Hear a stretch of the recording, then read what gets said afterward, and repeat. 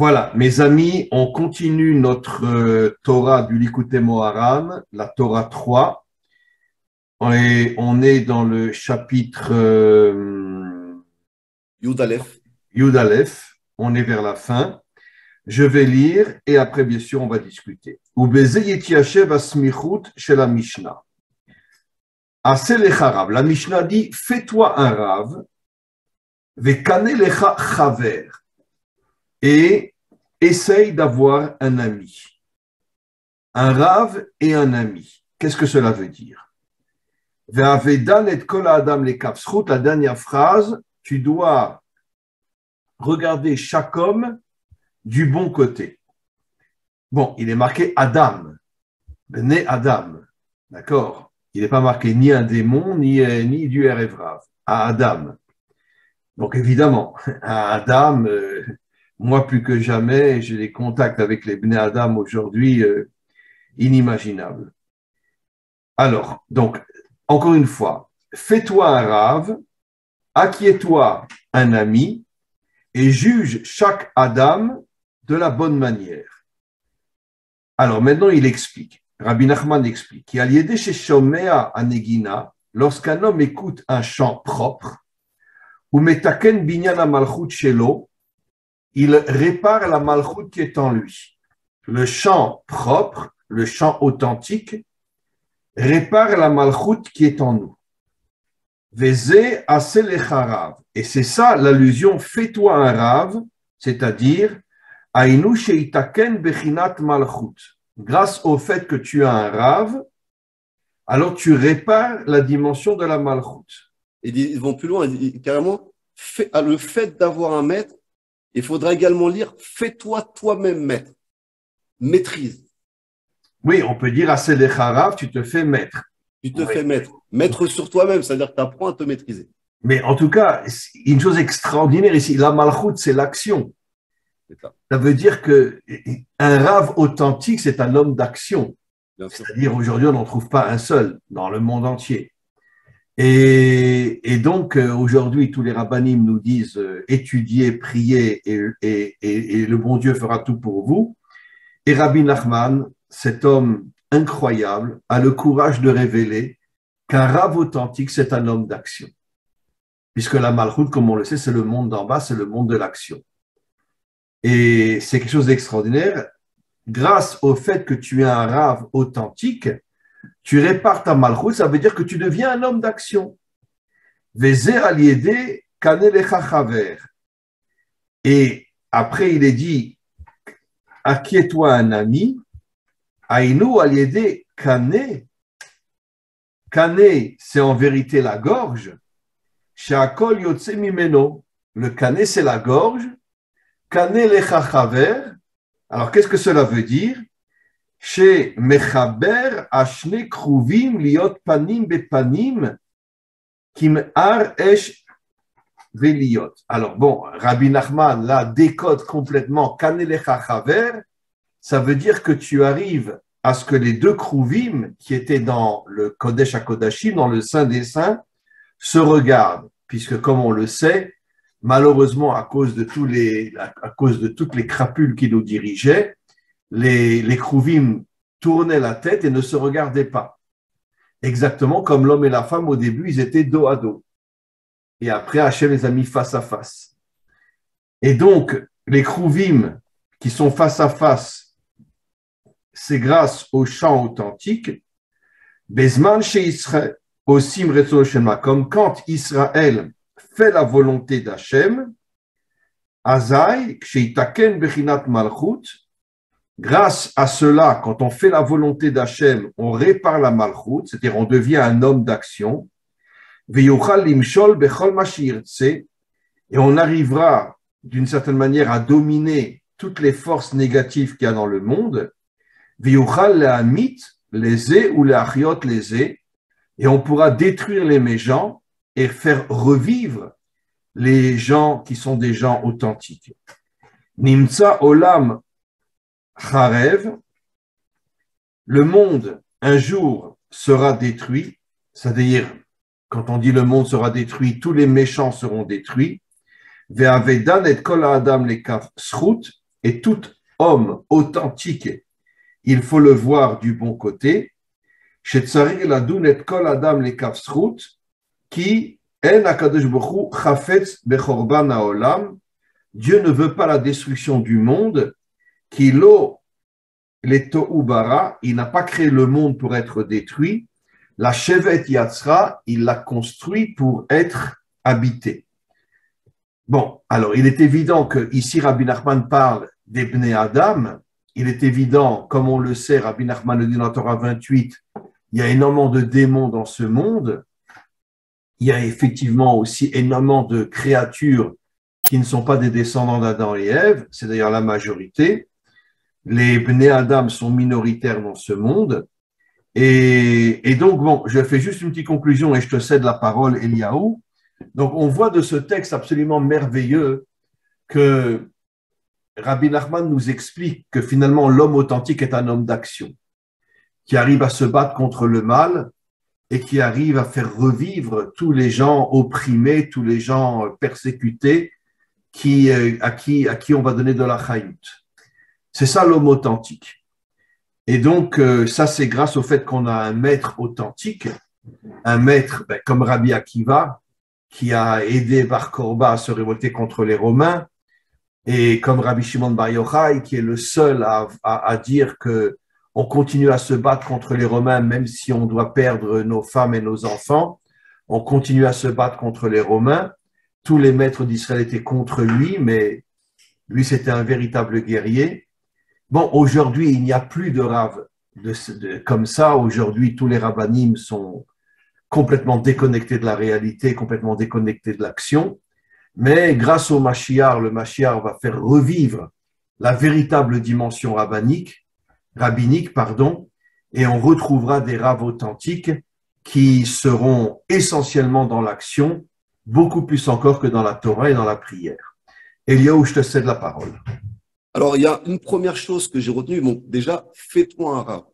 Donc, c'est-à-dire, aie l'humilité que tu n'as pas la science infuse et qu'il faut que tu apprennes d'un maître qui a déjà traversé peut-être des épreuves avant toi, qui a une étude déjà poussée de la Torah, qui est aussi dans le monde de l'action. Donc déjà, il faut avoir l'humilité qu'on reçoit comme d'un père, entre guillemets, une Torah.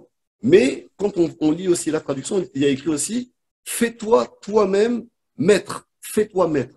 Et ça, c'est magnifique parce que il explique « Fais-toi souverain ». C'est-à-dire que si toi, tu es maître de toi-même, tu vas plus te laisser aller à ton mauvais penchant, à ton Yetzerara. Tu vas devenir un maître, tu vas être dans la maîtrise de ton mauvais penchant, la maîtrise de ton bon penchant. Donc, fais-toi un maître, mais aussi, toi, par la même chose, fais-toi maître. Parce que les deux sens sont importants, parce que si tu es que un élève, tu vas jamais pouvoir grandir aussi en tant que maître. Et je confirme ce que tu dis, Elio, qui est une chose extraordinaire. Asel echarav, ça veut dire fais-toi un maître et deviens toi-même un maître. Un maître authentique veut que ses élèves deviennent eux-mêmes des maîtres qui enseignent la Torah. Bien sûr. C'est ça un maître authentique. Et quelqu'un qui n'est qu'un élève et qui ne fait que suivre son maître, ben c'est rien du tout.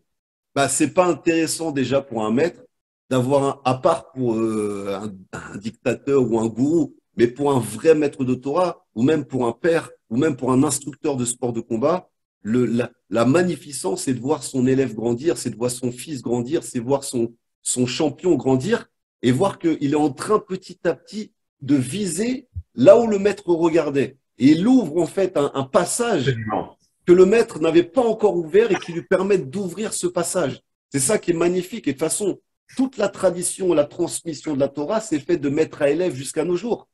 Mais regarde, dans le Talmud, tous les maîtres ont transformé leurs élèves en maîtres. Et c'est pour ça qu'on voit quand même des discussions entre Rabbi Yochanan, le maître de Resh Lakish, et Resh Lakish n'était jamais d'accord avec son maître, bien qu'il s'aimait et se respectait d'une manière inimaginable. C'est de la folie, Eliaou. Comment aujourd'hui tous les élèves embrassent les pieds de leur maître? Parce que c'est devenu des sectes arabes. Parce qu'on est des moutons. Alors que Resh Lakish était un élève authentique. Il avait le droit de ne pas être d'accord avec Rabbi Yochanan. Bien sûr. Il n'était jamais d'accord. Et Rabbi Yochanan était fou de son élève. Enfin, j'ai un élève authentique qui n'est pas d'accord avec moi. Ah, on voit même que Moshe Rabbeinu, il n'a pas pu rentrer en Israël. Yehoshua ben Nun, lui, il a pu rentrer. C'est-à-dire que là où Moshe n'a pas pu aller, c'était sa volonté la plus grande de monter en Eretz Israël, son élève a pu rentrer. On le voit aussi avec Eliyahu Hanavi et Elisha, son élève. Elisha l'a dit, Eliyahu lui a demandé, qu'est-ce que tu veux après mon départ? Elisha lui a dit, je veux le double de ta vision prophétique. Il a dit, si tu arrives à me voir, tu auras le double de la vision prophétique. Donc, on voit ce que vous confirmez à Rav. C'est qu'un vrai maître, il veut que son élève devienne un maître. Il veut faire des hommes, des personnes souveraines sur eux-mêmes et comme vous le dites, pas des moutons qui sont complètement soumis et qui restent sous la coupe à chaque fois de Pharaon au final. Parce que Pharaon, à l'inverse d'un maître, on a Pharaon. Pharaon, lui, c'est un maître. Aujourd'hui, 99% des rabbinim sont des pharaons. Exactement. Ils soumettent leurs élèves et qui les transforment en esclaves. Et on a vu ça quand, Arabe? On a vu ça pendant la faute des explorateurs. Les maîtres, les 10 explorateurs ont fait cette faute-là, c'est-à-dire qu'ils ont maintenu le peuple, donc leur élève, dans l'ignorance de ce qu'était vraiment la terre d'Israël, pour les empêcher de grandir et les empêcher de devenir des grands aussi en Israël. Exactement, c'est ça la faute des explorateurs. Tu as 100% raison, Eliaou. C'est qu'ils ont compris que la terre d'Israël allait donner des forces et des énergies inimaginables à Israël, et c'est pour ça qu'ils ne voulaient pas qu'il rentre en Israël. Alors, qu'est-ce qui fait, Araf, qu'on peut en arriver là? Qu'est-ce qui fait qu'un maître en Torah, il peut en arriver swifté de se dire, je veux garder le contrôle sur mes élèves et je veux pas qu'ils grandissent. D'où ça vient cette maladie? C'est ce que j'explique souvent. La religion aujourd'hui, c'est le venin du serpent, y compris la religion juive. La religion juive n'a rien à voir avec la Torah. Et la Torah, c'est marqué Hachem Oz le'amoiten, Hachem yevarer et amo bashalom. La Torah donne de la force à chacun qui l'étudie. Et aujourd'hui, la plupart des rabbinim font tout pour nous transformer en moutons et faire bête toute la journée. Donc, ça devient, comme vous l'avez dit, Arav, des pharaons. C'est-à-dire que Pharaon, c'est le maître de la maison des esclaves. C'est-à-dire, il ne va pas élever sa population, il va la soumettre pour la rendre esclave. L'inverse d'un maître de Torah, et d'ailleurs, je sais que vous avez fait plusieurs cours dessus. Et on a vu récemment, Eliaou, qu'il disait que quelqu'un qui étudie la Torah pour devenir un maître, il n'a pas de Torah en vérité. Exactement. Et on l'a vu récemment dans la Torah 3. Pour devenir un maître sur les autres. Par contre, là, on un maître sur les autres, exactement. Mais un maître sur soi-même, et c'est ça, en fait, qui fait de toi un vrai maître. Parce que c'est comme un père de famille. Un père de famille qui perd le contrôle dans sa maison, qui se maîtrise pas, et qui attend de ses enfants qu'ils l'écoutent et machin, il est plus crédible. Par contre, un père de famille qui se maîtrise, qui montre l'exemple sur lui-même, naturellement, il va pousser ses fils ou ses enfants à le suivre. Parce qu'ils vont voir que c'est un homme qui se maîtrise. Absolument, Eliaou. À l'inverse de Pharaon, on voit qu'au final, il ment parce que déjà, il se cachait de la population pour aller faire ses excréments dans le fleuve. Voilà, il prenait un tunnel souterrain pour se cacher de tout. Il se faisait passer pour un ange qui n'a pas besoin d'aller aux toilettes, quoi. Voilà. Et en plus, il tenait jamais sa parole. À chaque fois qu'il dit au peuple, on voit dans la paracha de cette semaine, d'ailleurs, je crois que c'est votre paracha, hein, à chaque fois, il dit au peuple, vous allez sortir, puis finalement, vous sortez pas. Il revient constamment sur ses décisions. Il n'a pas de parole. Il n'a pas de parole. Moshe, il a une seule parole. Alors que Pharaon, il a plusieurs paroles. Il va dire une chose et il va dire son contraire. Et d'ailleurs, ce qui est fou dans cette paracha cette semaine, c'est qu'on voit parler de quoi? Des chars. Les chars d'élite de Pharaon. Je ne sais pas si vous avez fait attention avec ce qui est en train de se passer en Ukraine. Les chars qui sont envoyés de tout l'OTAN en Ukraine. On est dans une paracha où on n'arrête pas d'insister sur les chars, la cavalerie de Pharaon qui a envoyé l'armée d'élite, qui a envoyé derrière le Ham Israël. Et on voit que l'OTAN fait tout pour renforcer, comme si le cœur il était complètement endurci, pour pousser à une guerre nucléaire. C'est fou quand même, cette histoire. D'ailleurs, Poutine a menacé l'Europe que si l'Europe continue à armer l'Ukraine, il va envoyer des bombes atomiques sur tous les pays. Il le pousse au maximum. Et c'est fou comment on voit que le cœur se renforce. Parce que ces gens-là, ils n'ont pas de maître. Ils ont maître. Et n'oublions pas que les plus grands criminels de la Terre, c'est les Ukrainiens. C'est eux qui ont massacré plus de Juifs que n'importe quel autre pays. Mais même les gouvernements arabes, même tous le représentant anglais, le représentant français, les représentants américains, ils n'ont pas de maître, ces gens-là. Ben non. Ils n'ont aucun maître, c'est-à-dire qu'ils n'ont aucune maîtrise d'eux-mêmes. Ils sont tombés dans le culte de l'ego. Et moi, et moi, et moi. On a l'impression que c'est des enfants de 10 ans dans la cour de récréation, sauf que au lieu d'avoir un lance-pierre, ils ont des bombes atomiques dans les mains. C'est de la folie. Comment on peut laisser le monde entre les mains de personnes justement qui n'ont pas fait d'eux-mêmes des maîtres, ils ne savent pas se maîtriser. Eliaou, depuis la faute de Adam, on est dirigé que par des crapules. Et il y a eu peut-être 2 ou 3 exceptions comme David Ameller, le roi Hiskiaou, etc. Mais tous les dirigeants sont des crapules.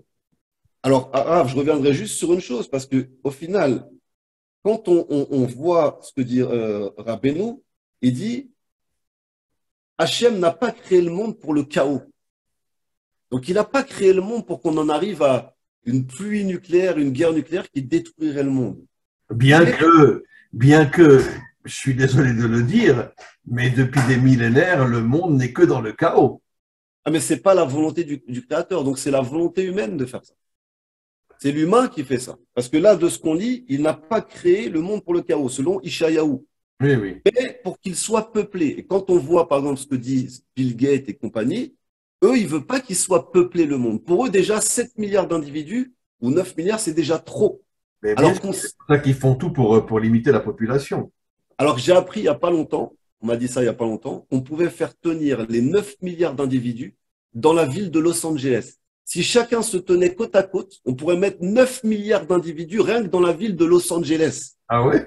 Et oui, donc il y aurait largement assez de place pour le monde entier. Sauf que les élites qu'on a, et là, pareil, c'est des choses à aller vérifier parce que ne croyez pas tout ce qu'on dit, faites-vous de vous des maîtres, allez vérifier par vous-même dans les sources, mais regardez les ascendants de Bill Gates. Vous allez voir que la mère de Bill Gates et le père de Bill Gates font partie d'une société qui s'appelle Eugenics. Et Eugenics, qu'est-ce qu'ils prônent? Ils prônent la diminution mondiale, entre guillemets, de la population depuis ses parents, hein, déjà. Et ses parents visionnaient un monde où les gens riches et intelligents pourraient avoir des enfants.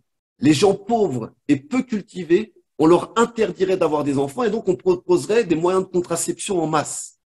Regardez d'où vient ce personnage et dans quelle famille il a grandi. Faites vos recherches, vérifiez par vous-même. Et on voit qu'il est associé avec Klaus Schwarz. Et lui, carrément, son père, c'était un dignitaire nazi, d'accord, qui a été récupéré par les États-Unis. Bien sûr, les États-Unis, la CIA a récupéré des centaines de nazis qu'ils ont fait venir en Amérique. Et alors, qu'est-ce qu'ils ont voté indirectement? Ils veulent, je ne sais pas si vous avez vu arabe, ils veulent mettre des insectes dans tous les produits alimentaires. Oui, absolument, absolument. Alors, la question que je me pose, c'est s'ils mettent des insectes dans la farine, c'est-à-dire que nous, en tant qu'Israélites, on ne peut plus aller dans une boulangerie des nations et acheter un pain avec cette farine-là. Parce qu'on mais non, c'est fini, il y aura des insectes dedans. D'accord, donc c'est-à-dire qu'on pourra manger exclusivement du pain cachère. Mais oui, mais bon, le problème, c'est que sache qu'en France, la majorité des boulangeries cachères sont allumées par un juif, mais personne ne vérifie ce qu'il y a dans la farine. Mais là, il va être obligé. C'est obligé d'avoir une vérification parce qu'on ne peut pas manger d'insectes, c'est un interdit de la Torah. Mais bien sûr. Alors, regardez comme c'est fou. Ils mettent des insectes dans la nourriture et quelle plaie on a vu dans la paracha de Bo? La paracha des sauterelles. Bien sûr. C'est fou quand même. C'est fou. Comme si, à l'intérieur déjà de la farine, il y avait un clin d'œil. Dans toutes les parachutes, il y a des clins d'œil. Qu'ils allaient mettre justement ces sauterelles qui allaient ruiner, en fait, ça ruine la nourriture. Parce que si on mange ce type d'alimentation, si la Torah nous dit de pas manger ça, c'est qu'il y a un problème dedans. Bien sûr, il y a. Bon, on l'a déjà dit 1000 fois, Eliou. L'humanité est en train de dégringoler complètement. Et c'est de pire en pire. Et la pire des choses, ça va être la guerre de Gog, qui, à mon avis, va se réaliser encore dans notre génération. Mais malgré ça, Rabbeinu dit et juge chaque individu avec indulgence. Je pense que c'est ça. Chaque Adam, pas individu, Adam. Chaque Adam, mais même déjà juger son prochain Adami avec indulgence, c'est difficile. C'est quelque chose de difficile. On a toujours là un jugement premier, c'est-à-dire nous, on arrive à respirer nos mauvaises odeurs qu'on dégage et on passe dessus, et on arrive à les embellir et à vivre avec tous nos défauts, avec toutes nos fautes. Mais d'où vient cette tendance à juger constamment l'autre négatif et le voir d'un mauvais œil? C'est l'ego, Eliaou, parce que l'homme, le 99,9% des hommes sur Terre se prosternent devant leur ego. Et moi, et moi, et moi. Et donc, c'est pour ça qu'ils n'aiment pas les autres. C'est quoi la différence entre l'unité et l'uniformité? L'uniformité, ou tu es comme moi, ou je te crève. L'unité, tu n'es pas comme moi et je te respecte. Bien sûr, mais est-ce que ça veut dire donc unité et ça veut dire aussi dire les choses sur lesquelles on n'est pas d'accord? C'est-à-dire mettre les choses sur la table parce que on ne peut pas arriver à une unité si on ne met pas les gros points de désaccord qui nous maintiennent désunis. Parce que ça serait. C'est ça l'unité. On n'est pas d'accord, mais on se respecte parce que je sais que tu es un homme bien. Alors en gros, ce que vous dites, Araf, c'est comme un combat de boxe. Les deux combattants se respectent, mais sur le ring, ils ne se font pas de cadeaux parce que c'est comme ça. Mais ils se respectent tous les deux en tant que combattants, ils respectent la préparation qu'ils ont, même s'ils vont avoir une opposition frontale et brutale. Je suis 100% d'accord avec toi. C'est ça l'unité. On n'est pas d'accord. Il n'y a aucune raison que je partage tes idées. Mais comme je dis souvent dans mes cours, je ne regarde pas tes idées, je regarde l'homme. Si tu es un homme bien, alors je m'unis à toi même. Et alors on n'est pas d'accord. Et alors. Mais c'est ça l'unité. L'unité, c'est qu'on n'est pas d'accord, mais on se respecte. Mais les gens ont tendance à pas avoir cette nuance-là. Ils pensent que unité, ça veut dire accepter tout, accepter l'idolâtrie, accepter. Non, absolument pas. Non, pas du tout. L'unité, c'est la personne, c'est pas les idéologies. Bien sûr, c'est accepter l'être humain, mais par contre, combattre les idées. Absolument. Ça, c'est important de préciser. C'est Absolument. extrêmement important. Alors, je ne sais pas si vous avez lu le passage, après, non, vous ne l'avez pas vu, sur les chanteurs, justement. On va le lire, le prochain paragraphe. Ou bishfilze, meragla de pama de anche arshav lomar. Les hommes ont l'habitude de dire, shachazani même shotim. La plupart des chanteurs sont des fous. Ve'einam benedea, ils n'ont aucune intelligence. Qui arshav malchut dekdusha begalut, parce que la malchut est tombée entre les mains des méchants. Et donc, tous les chanteurs sont des fous.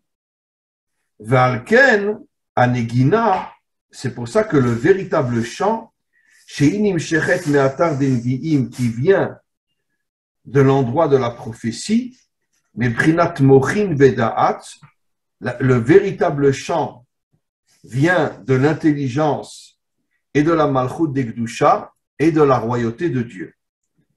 Ve'arshav shamalchut begalut, mais maintenant, comme la malchut de Dieu est complètement en exil, elle est entre les mains des méchants, alken anegina nivgema, le chant authentique est complètement abîmé, ve'alken achazanim em belo da'at, tous les chanteurs aujourd'hui, en vérité, quand il dit les chazanim, c'est les chanteurs dans une synagogue. Les chanteurs n'ont aucune intelligence, qui en lahem kohar arshav lehamshir anegina beshorsha megdusha, car ils n'ont pas la force de chanter un chant qui est du côté de la sainteté, sheu bechinat mochim bedaat, qui est le niveau de l'intelligence, shel malchut degdusha.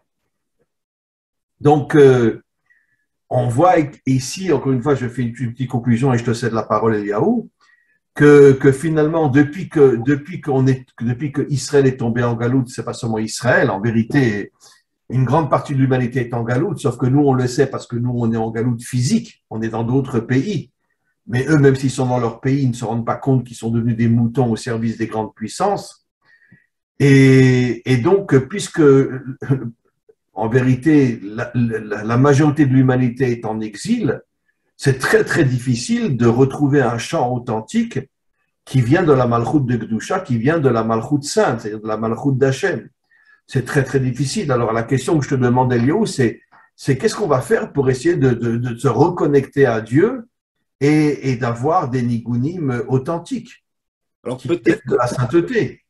Peut-être quand il parle de chantre, en fait, c'est que la bouche, la majorité des bouches, c'est du mensonge, en fait. Parce qu'on a été. Nos maîtres disent que ce monde s'appelle Alma Deshikra, le monde du mensonge. Le monde du mensonge, c'est-à-dire que comme on est attaché, la malchoute, c'est-à-dire quoi? C'est à une royauté, à une gouvernance, à des dirigeants. On a été formaté, on est né dans une malroute déformée. C'est pas comme si on était né à l'époque du premier temple. Là, il y avait encore la malroute d'Israël. Nous, par exemple, quand je fais le Tikkun Hatzot, des fois, je me dis, mais j'ai même pas connu le temps. Je suis en train d'essayer de me concentrer et pleurer sur quelque chose que j'ai même pas connu. J'ai grandi en exil, je suis né en exil, ça fait plus de 2500 ans que le temple a été détruit pratiquement, et j'ai pas de connaissance de tout ça. On a, peut-être on a un vague souvenir qui vient de nos incarnations, mais nous-mêmes, quand on se lève à Chatzot et qu'on fait Tikkun Chatzot, Tikkun Léa, Tikkun Rachel sur le Beth Amikdash, c'est très difficile de ressentir la perte de ce qui était, puisque nous, on l'a pas connu. Ben non, justement, nous, on est né dans l'exil.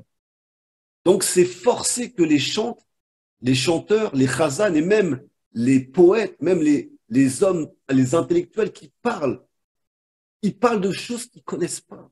Le message, il est faussé, puisque on n'a plus accès à la royauté depuis des millénaires déjà, on sait plus ce que c'est. Nous-mêmes, notre bouche, elle est tordue, puisqu'on ne sait pas, on a grandi dans la clipa des saves. Bien sûr. Donc, ça devient difficile, entre guillemets. C'est pour ça que je pense que vous aimez aussi beaucoup Bob Marley. C'est parce qu'il chantait avec la Torah. C'est-à-dire que tous ceux qui s'appuient sur la Torah et qui chantent, là, par exemple, dans la paracha de cette semaine, c'est Asia Shir Moshe. Oui. On est vraiment dans le chant de doucha, un chant de sainteté. Un chant de sainteté, quand les Hébreux ont traversé la mer et ont vu que Hachem a refermé la mer sur les Égyptiens, on ne peut pas avoir un chant d'une plus grande Kedusha. Et dans ce chant-là, on sent qu'Hachem a été le maître de guerre, c'est-à-dire que c'est lui le général. Et on voit, qui a dit, je fais la guerre et vous, taisez-vous, c'est moi qui vais faire la guerre. Mais ce qui m'impressionne quand même dedans, c'est quand même Hachem lui dit, Moshe commence à parler vers Hachem, et Moshe lui dit, c'est pas le moment de prier. Alors ça m'a frappé. Hachem, il dit à Moshe, c'est pas le moment. Le premier qui est rentré dans la mer, et grâce à ça, Dieu l'a ouverte, c'était le chef de la tribu de Yehuda, Nachshon. C'est pas magnifique. Dans la mer. Ça veut dire qu'il y a eu une action du côté des hommes. C'est pas uniquement Dieu qui fait tout, comme l'enseigne la plupart des rabbinim. Dieu va tout faire. Non. S'il n'y a pas une action humaine, Dieu ne fera rien. Ben, c'est ça le message que j'aimerais amener aujourd'hui, parce que, en fait, Hachem a fait une réprimande à Moshe.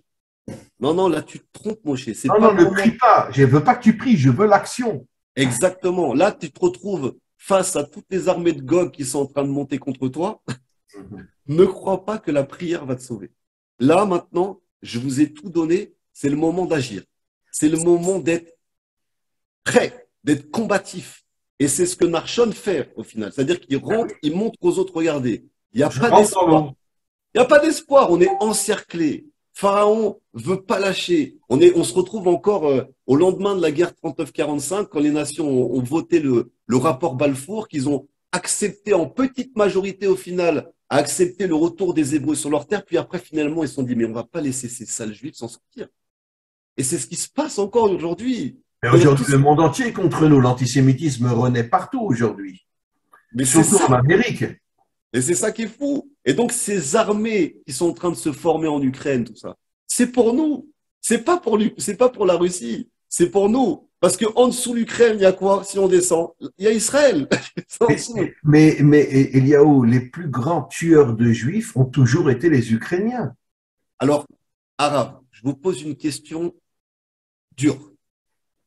Si demain, on se retrouve dans une situation où d'un côté, on a l'OTAN, c'est-à-dire les États-Unis, l'Europe d'un côté, et de l'autre côté, on a un autre axe, la Russie, la Chine, l'Iran, et sûrement l'Asie va suivre, et sûrement les pays africains vont suivre la Russie. À votre avis, quel devrait être le choix d'Israël?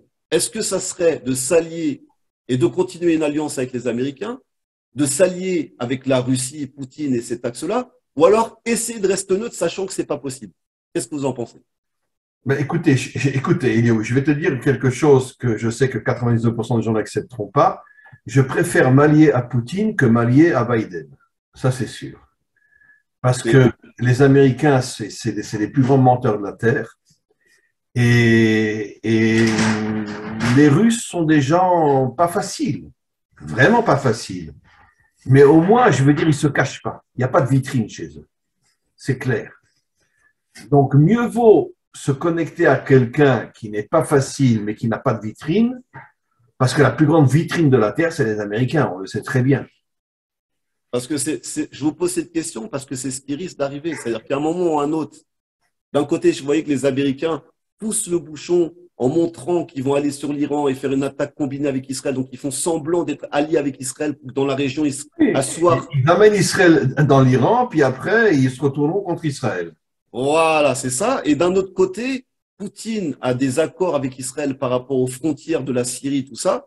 Bien Et sûr.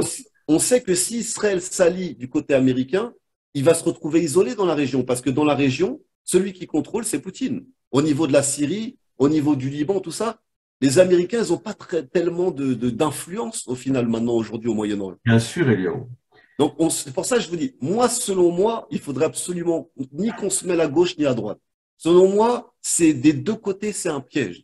Mais je pense, comme vous, que c'est encore plus dangereux Les de Américains s'allier. et les Russes. Ouais, c'est assez dangereux de s'allier avec eux parce que, comme vous l'avez dit, eux sont la vanne. Ils sont perfides. Alors que Poutine, c'est Esav. C'est-à-dire, lui, on sait il veut nous enfoncer l'épée. Mais la vanne, il est dangereux. Mais c'est ce qu'on dit dans la Haggadah. Lavan Bikesh Laakor et Takol. C'est le seul sur lequel on dit qu'il a voulu tout détruire. Détruire le peuple juif. Donc, le choix qu'on a, c'est entre le marteau et l'enclume. Moi, si je vous donnais mon avis, le seul allié qu'on peut avoir, c'est Akadosh Baruch Hu, et qu'on agisse. Vraiment. C'est-à-dire que si demain, il y avait des hommes qui se levaient et qui disaient, écoutez, Poutine, Biden, Macron, tout cela, ils sont tous du même petit club privé, mes amis. C'est que le Hari Akadosh dit que juste avant la délivrance finale, tous les dictateurs bibliques vont revenir dans chaque peuple pour diriger les peuples. Eh ben, c'est ça l'histoire. Moi, ce que je vois, c'est qu'Israël, pour une fois, se lève et dit, ni les États-Unis, ni la Russie, ni la France, ni l'OTAN, ni quoi que ce soit, on renverse tous les gouvernements. Tous. Ouais, Parce qu'ils sont tous de mèche. oui, Tous. d'accord, mais si vole au-dessus d'Israël de 300 000 avions avec des bombes atomiques, comment on va s'en sortir? Ouais, mais si les populations montent contre leur gouvernement, c'est-à-dire que toutes les populations décident de désarmer les gouvernements, mais bien sûr, il faut le Mashiach à la tête de tout ça, c'est-à-dire il faut un Je homme vais te dire, sage les seuls qui ont le courage de le faire, c'est les Iraniens. de Et- désarmer. mais les Iraniens se révoltent contre les chiites. Oui, Ils se font massacrer tous les jours. c'est pour ça que je vous dis ça. Le peuple chinois est en train de se révolter. Les Oui. Brésiliens sont en train de se révolter. La France, c'est à deux doigts d'exploser aussi parce que ça va pas du tout. Le peuple iranien se lève contre leur gouvernement. C'est-à-dire que vraiment, moi, si je voyais le Mashiach, ça serait un homme qui a la faculté de diriger les populations. Vous le dites souvent. Évidemment. Il va venir d'en bas. D'en bas, c'est-à-dire qu'il va lever les peuples contre Pharaon à sortir de leur emprise. Je suis 100% d'accord avec toi. Je veux dire, à mon avis, la plus grande des activités du Mashiach, ça sera de réveiller les peuples et de les révolter contre leur gouvernement. Baruch Hashem Arav, qu'on place ces dires-là dans un live du Likouté Moharan et qui ne vont pas faire attention et que c'est glissé dans une étude. Je vais te dire, Eliaou, mes deux maîtres les plus à pleurer, c'est Rabbi Nachman et le Rabbi Lubavitch. C'est mes deux maîtres. C'est J'ai vu, je sais pas comment Hachem a sorti deux géants de cette dimension-là. j'ai vu deux vidéos du Rabbi. Alors, j'ai vu son charisme. Une vidéo, on voit un juif qui s'est converti au christianisme et qui vient voir le Rabbi. Ah Il va ouais. dire, ouais, il vient voir le Rabbi et il dit au Rabbi, moi, je reconnais Yeshua comme le Mashiach, c'est lui le Mashiach. Et Ouais. le Rabbi, il reste très calme. Il dit, écoute, tu sais, pour moi, t'es malade. T'es malade. T'es juif, hein, t'es juste un juif qui est malade. Et après, il continue, mais moi, pour moi, c'est le Mashiach. Et le Rabbi lui dit, tu sais, t'es malade. C'est juste que tu as un symptôme d'une maladie. Et quand tu vas guérir, je te souhaite une réfoua chez les je te souhaite une guérison pour que tu puisses guérir. Et il avait un charisme. Il a compris tout de suite le symptôme, entre guillemets, de oui, on attend le Mashiach, mais réfléchis un peu, comprends un petit peu, t'es malade. Tu es malade, c'est pas possible. Et je l'ai vu aussi avec Bibi Netanyahu, et il lui a dit, comment ça se fait? Ça fait 2 ans qu'on s'est déjà vu, et vous avez toujours pas fait en sorte que le Mashiach se révèle. Vous n'avez toujours pas agi pour que le Mashiach se révèle. Qu'est-ce que vous attendez pour faire venir le Mashiach? C'est beau. Le rabbi, il n'était pas dans l'attente du Mashiach. Il était dans l'action. On met les tefilines, on fait des mitzvot. Il n'y a pas eu un maître autant dans l'action que le rabbi. Il a envoyé des shlichim dans le monde entier. C'était vraiment un homme d'action, le rabbi. Un vrai maître, comme dit Rabbi Nachman. C'est ça qui est beau. C'est ça qui est beau. C'est qu'ils ont agi à leur portée. Ils ont fait ce qu'ils pouvaient faire. Et nous, dans notre génération, c'est ce qu'on doit faire. C'est ce qu'on doit faire. Il y avait les chaliards du rabbi. Et aujourd'hui, il y a les chaliards de la maison de David. Et ça doit toucher tout le monde.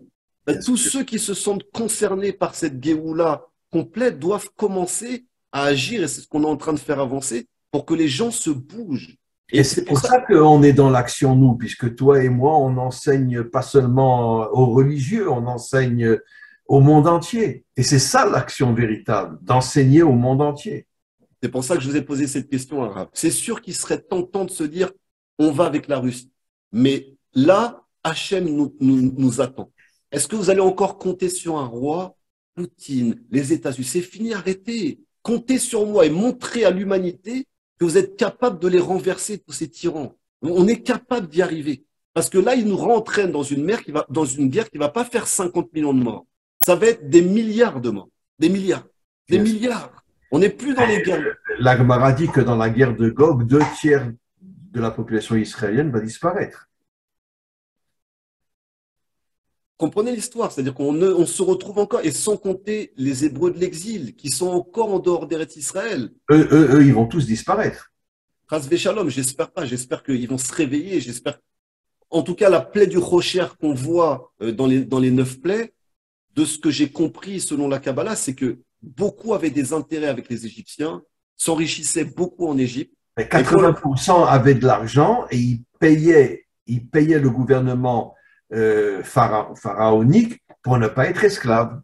Apparemment, voilà, c'est ça que j'ai lu. C'est-à-dire qu'ils ont toujours eu du troupeau en Égypte. En fait, les Hébreux ont toujours eu de nombreux troupeaux. Donc, ils avaient une fortune colossale en Égypte. On a tendance à croire que les Hébreux étaient très pauvres. C'est faux. Il y avait 20% qui étaient très pauvres, ils ont été transformés en esclaves. Il y avait une petite partie, mais la majorité avait des troupeaux. Mais ils n'arrivaient pas à racheter vraiment leur servitude avec leur argent. Absolument. Donc ça prouve que tu peux avoir tout l'argent du monde, tout le pouvoir du monde. À partir du moment où tu n'es pas en Eretz Israël, tu es en danger et tu risques de finir dans la plaie du Rocher. C'est un danger, c'est extrêmement dangereux. C'est extrêmement dangereux. Alors, regardez, lisez la suite arabe parce que ça va terminer, mais d'une beauté. Vraiment, c'est magnifique. Avaleatid, sheitale amalchut d'Ekdusha.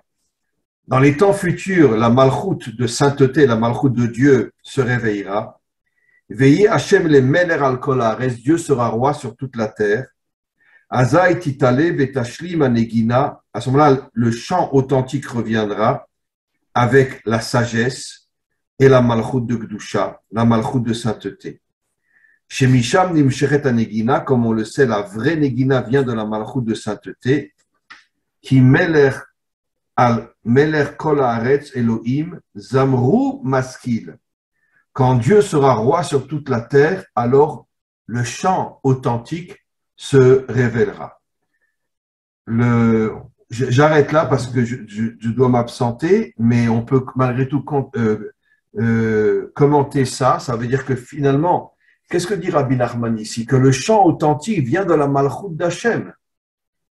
Vient de la malchut d'Hachem, le chant authentique. Aujourd'hui, on n'a pas de malchut d'Hachem, donc il n'y a pas de chant authentique. Bon, il y a peut-être quelques exceptions, malgré tout, parce que il y a quand même des chants, des nigunim, même chez Breslev, chez Chabad, qui sont des chants assez extraordinaires. Enfin, des nigunim plutôt, pas des chants, des nigunim. Des nigunim. Mais Arav, est-ce que vous pouvez finir juste les dernières phases, parce qu'il parle du roi David. Au moins, comme ça, on a fini cette Torah, et vraiment, c'est extraordinaire. Vous allez voir qu'on est en plein dedans. Qui Asa et que Shei Hachem les Meler, quand Hachem sera roi sur toute la terre, et que la malchut de la sainteté se réveillera, Azaï Zamru Maskil, alors le chant sera un chant qui sera programmé par l'intelligence. Aïnou Shachazanim Amezamrim Yu Beda'at. Tous les chanteurs authentiques auront la sagesse. ou besechel al yedeh sheitale malchut d'Kedusha, grâce au dévoilement de la malchut de Dieu. Veikablu anegina meshorsha shebekdusha, et tous les chants viendront de la sainteté, sheu bechinat da'at ou mochin, qui est la sagesse et l'intelligence de la malchut de Kedusha. Donc, je te cède la parole tout de suite. Qu'est-ce qu'on voit d'ici? Que finalement, le chant authentique a complètement disparu aujourd'hui. Et pour retrouver le chant authentique, on est obligé de dévoiler la malchut d'Hachem dans le monde. À ce moment-là, le chant reviendra avec une sagesse inimaginable. Et sur les dernières phrases, ils disent donc de derrière les brebis, c'est-à-dire la vision des prophètes, car en effet, le roi David, paix à son âme, était en mesure de rectifier et d'élever au niveau du sacré la mélodie d'un homme, même s'il était loin d'Hachem. Il arrivait à faire tchouva, même aux personnes les plus loin, parce qu'il avait cette capacité de capter la lumière divine et de révéler ce qui était divin en l'homme. Et en effet, les brebis allaitant leurs petits font référence à la mélodie sacrée, s'allaitant du même lieu d'où les prophètes puisent leur vision. Quant à la mélodie qui ne participe pas du sacré, elle correspond à ce qui est derrière les brebis. Or, le roi David était à même de rectifier également cette mélodie. Absolument. Et de ce fait, il fut promu au trône, ce que ce même verset indique. D'ailleurs, il l'amena de derrière les brebis, allaitant leurs petits, pour qu'il devienne le berger de Yaakov. C'est ainsi qu'il accéda au trône. C'est-à-dire, si on comprend bien, c'est en faisant faire tchouva, même aux gens les plus éloignés du peuple et du monde, que le roi David a atteint la royauté. Et nos maîtres disent que le monde a été créé pour la teshuva. Et nos maîtres disent qu'un vrai choser betchouva, un vrai baal teshuva est plus grand qu'un tzaddik gamour. C'est pour ça que le Mashiach ne sera pas un tzaddik. Ça sera un homme qui fera teshuva pour être plus grand qu'un tzaddik. Donc la mélodie du roi David, c'est-à-dire les paroles du roi David, les Tehilim, vont être des paroles tellement puissantes qu'ils vont réparer toutes les neshamot les plus éloignées, les plus loin, et les ramener à couronner Hachem et à enlever la couronne à tout ce royaume du mensonge qu'on vient de parler. D'ailleurs, le Talmud dit que les neshamot authentiques sont la couronne d'Hachem. Amen, amen, qu'on y arrive rapidement, Rav. Mais on va se retrouver face à un mur, ça va être... Il va falloir faire comme... bon, avant d'arriver à la délivrance, on va passer par des moments très, très difficiles. Il va falloir s'accrocher. Et on va s'accrocher. Bon, écoute, j'espère qu'on pourra manger un petit couscous et des piments, quoi. Couscous, piment, et on chantera à Zachir Moshe. On va traverser cette mer sans problème. Merci beaucoup, Eliaou. Donc, on se retrouve demain soir. Exactement, demain soir. Voilà, live avec Abou. À quelle heure? À 19h, heure israélienne. Hein? 19h heure israélienne, exactement. Voilà. Alors, n'oublie pas de m'envoyer le lien. D'accord? Merci beaucoup, Arabe. Merci beaucoup, Eliaou. Et c'est toujours un bonheur infini de pouvoir avoir ces cours ensemble. C'est extraordinaire. Merci beaucoup. Et on sache que les gens apprécient énormément les cours qu'on fait ensemble. Et moi, j'apprécie étudier avec vous. J'ai étudié pendant des années comme un fantôme avec vous. Et puis après, on a étudié le combat réellement. Et aujourd'hui, on continue. C'est magnifique. Ça continue pour l'éternité. Merci beaucoup, Arabe. Merci beaucoup. À bientôt, Eliaou. Merci pour tout.